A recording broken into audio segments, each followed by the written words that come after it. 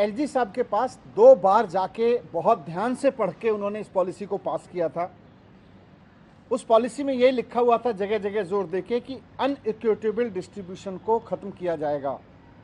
ये जो एक ही जगह शराब की दुकानों के अंबार लगे हुए हैं कुछ वार्ड्स में या कुछ मॉल्स में, दुकानें नहीं बढ़ाई जाएंगी, लेकिन इसको लगभग लगभग बराबरी पे बांटा जाएगा, यहाँ तक कि अनऑथराइज एरिया में भी बांटा जाएगा, ये भी लिखा हुआ था। इसमें लिखा हुआ था कि हर वार्ड में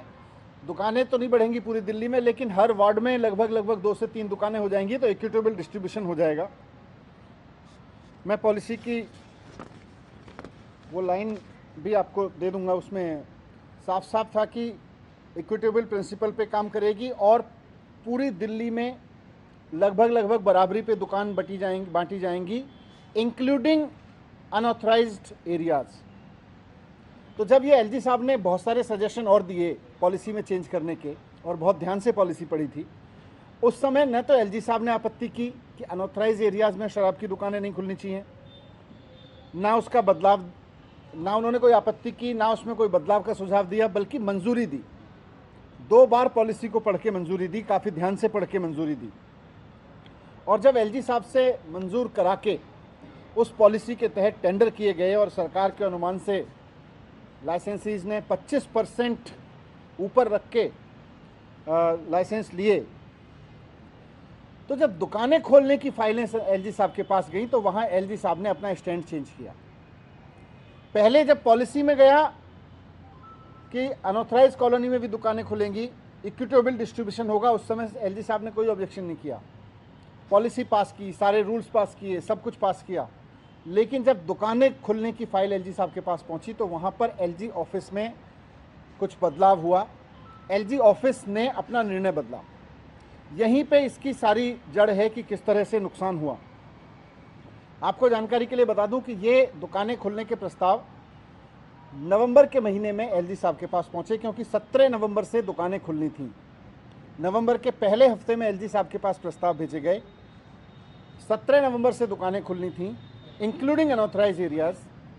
तो एलजी साहब ने उस समय 15 नवंबर को, यानी ठीक 2 दिन पहले, एक नई शर्त लगा दी कि अनऑथराइज एरिया में दुकानें खोलने के लिए डीडीए और एमसीडी की मंजूरी लेनी चाहिए। पहले जब पॉलिसी पढ़ी थी तब नहीं लगाई, उनके सुझावों पे पॉलिसी दोबारा पास होके गई तब नहीं लगाई, बल्कि ये भी आपकी जानकारी में होना चाहिए और बहुत ज़रूरी है जानना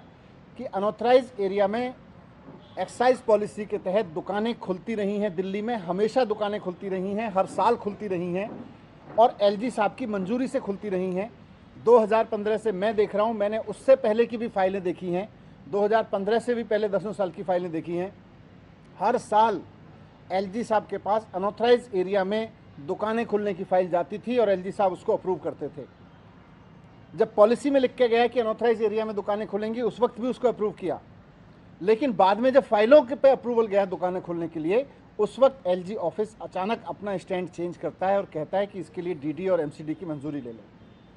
एलजी साहब को भी पता था कि ये मंजूरी डीडीए और एमसीडी से नहीं ली जाएगी, बल्कि राज्यपाल उपराज्यपाल महोदय के ऑफिस से होनी है, हमेशा की तरह से जैसे पहले होता रहा था। लेकिन उन्होंने बहुत आश्चर्यजनक तरीके से एक नई कंडीशन इसमें लगाई, पूरा का पूरा स्टैंड चेंज किया। उस पॉलिसी में जो डिपार्टमेंट ने तैयार की थी उस वक्त नहीं था, जब कैबिनेट ने पास की थी उस वक्त नहीं था, एलजी साहब ने पढ़ी थी उस वक्त नहीं था, एलजी साहब ने जब मंजूर किया उस वक्त नहीं था। अचानक एलजी साहब ने अपना स्टैंड चेंज किया और इस स्टैंड चेंज होने की वजह से दिल्ली में अनऑथराइज एरियाज़ में दुकानें नहीं खुल पाईं। पुरानी पॉलिसी के तहत जहाँ पे दुकानें खुल रही थी वहाँ भी नहीं खुल पाईं और उसका नुकसान ये हुआ कि जो नए लाइसेंसीज थे वो कोर्ट में गए और कोर्ट ने ऑर्डर किए कि इनसे जो अनऑथराइज वार्ड्स हैं उनका लाइसेंस फ़ीस न ली जाए, उनको रिबेट दी जाए, उसमें उनको रिलैक्स किया जाए लाइसेंस फ़ीस प्रोरेटा बेस पे, और इसकी वजह से सरकार को हज़ारों करोड़ रुपए का नुकसान हुआ। ये पूरा इंसिडेंस आपके सामने इसलिए रखा क्योंकि नई एक्साइज पॉलिसी जो सरकार ने बनाई थी उससे सरकार को बहुत फ़ायदा होने वाला था, लेकिन उसके उलट सरकार को के राजस्व को नुकसान पहुंचा, हज़ारों करोड़ रुपए का नुकसान पहुंचा, क्योंकि एलजी साहब ने अपना निर्णय बदला, बिना कैबिनेट से डिस्कस किए बदला। बिना सरकार से पूछे बदला और उन्होंने बदल के उसको लागू करने के लिए ऑर्डर किए, जिसकी वजह से दुकानें